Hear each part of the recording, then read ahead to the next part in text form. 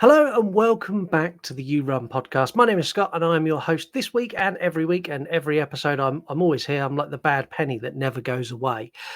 Today we are talking news, or I don't know whether to call it news or speculation. And we're talking about the black phone. But before we do that, make sure you like, comment, subscribe, hit that notification bell so you know when we do more videos. So let's talk the black phone. So the black phone is a very interesting movie. It's an adaptation of a short story by Joe Hill. And anyone who doesn't know who Joe Hill is, he is the son of Stephen King, as in the famed author Stephen King, who gave birth to more horror than any other writer I can think of. And Joe Hill's writing is not as good as his father's. I'm saying that from someone who's read both. Joe Hill is not quite as creative, and you can see in his writing in particular there is a lot of inspiration drawn from his father and his father's characters. However, Black Phone short story is actually pretty good, and it's a very good premise that the original movie was built on. And then you throw into the mix Ethan Hawke for that movie, and you have a fantastic movie. We have the creation of a new horror villain in The Grabber. And I loved The Black Phone. I thought it was clever. It mixed real world elements of kidnap, which is a genuine fear of young children. Like, that's something, as I know when I was younger, walking to school, like, you were always aware of vans. Like, that stuff is genuinely scary. And as a parent now, it's even more terrifying. So that element of it is perfect. And then you throw in a supernatural twist to that, and it changes everything. It changes everything that you see and perceive as to, is it supernatural? Is it actually happening? And it adds a real great element of fear to that movie. We are getting a sequel. So Joe Hill is back on board to help bring to life a sequel. And I have lots and lots of questions. So when they announced we were going to get another Black Phone movie, 100% in my mind, like, this is a prequel. It's going to tell the story of the grabber and how he came to be and his previous victims and all the times he's done this before. Because that's the story I think is more interesting, and explain about the black phone and why the black phone's there and how it works and how that affects him and why he's freaked out about it. Like, all that stuff is kind of what I imagined they would do. And then when I sat and thought about it more, I decided actually that's a really bad idea, because we know that the grabber has succeeded in every single victim he took up until this movie. So if you're going to make a prequel, that is a bleak movie. That is a bleak movie about children being kidnapped and murdered. And I don't know how well that will sit with audiences. It definitely won't sit well with me. Whenever I think about things like that, I always go back to Doctor Sleep, the Rose the Hat and the tribe of people she lives with, like, taking down baseball kid. Like, that scene honestly lives rent free in my head. It's horrific, and I'm not up for seeing more of that. It was very impactful in that movie. I don't want to see it again in the Black Phone, which is good, because they're not doing a prequel, they're doing a sequel. And now I've got even more questions. Like, the grabber clearly does not make it out of the Black Phone. Like, clearly he is bludgeoned to death with a phone that is weighted with dirt, to the point where he's gone. We know for a fact he has died.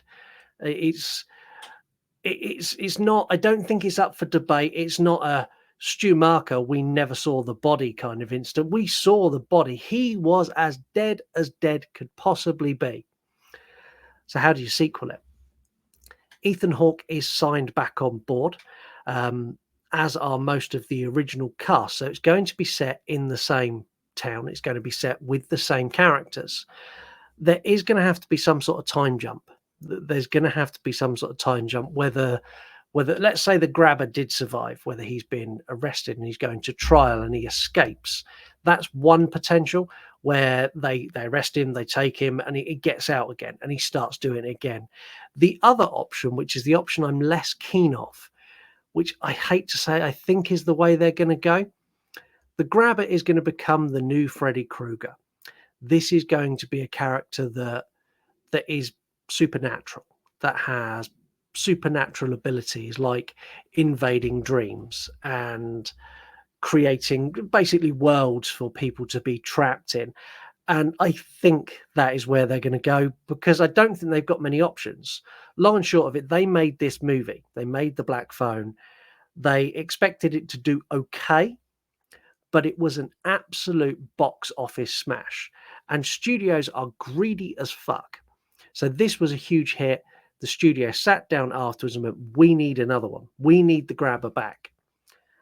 And I don't think they know how to do it, which is why this is 2025. This was announced ages ago. They could have easily got this done production-wise, wrapped and out for the end of this year. They could have easily done that, but they didn't. They pushed it back a year. And I think that's purely because they're not entirely sure where they're going. Things I want to see from this. I want to see explanation of the Grabber and why he does what he does. I want to understand the masks, because the mask in this is fantastic. This is like horror icon level mask design. Like, think Michael Myers, think Jason Voorhees. This is up there as good as them. And it's interchangeable. So you've got different parts of the mask that interchange and swap out. And I want to know what they all mean, because each one of those has a meaning, and you can pick up some of them from the Black Phone. But I want some explanation to that. Like, explain that to me. Why does he do that? I want to understand his motivations. I want to understand more about him. And in doing that, I want to understand more about the paranormal element. I need to understand the Black Phone. I need to know why they're communicating through it. And if he's aware of it, which he clearly is, why he's not taken the phone away. And as this is a sequel, I also want to know is how the phone gets back on the wall, because the phone was in bits on the floor. And I don't know. I'm on board to see Ethan Hawke take this role on again. I'm on board for more story around the Grabber, because I think he's an excellently crafted character. He's an excellent villain, and the whole way that they use him is fabulous. And I want to know more, but I am not on board for a sequel. Like, you're going to have to make some massive leaps, either in belief of the paranormal for this to work, or massive leaps in belief in how he escapes and then gets set up in the same town and maybe kidnaps the same kids again, because that's where I think this is going. You're going to have another instance where Finn is trapped by the Grabber and he's trying to get out, and this time the Grabber's more wise and more aware to it. I kind of think that's where it's going. And if I'm honest, if that's what they do, this is all played out and all done, and I'm kind of not interested, because the links will be too weak to make that work. They need some incredible writing. And as I said at the beginning of this episode, Joe Hill's not that guy. Get his dad maybe to write some links to make that work. He could do that.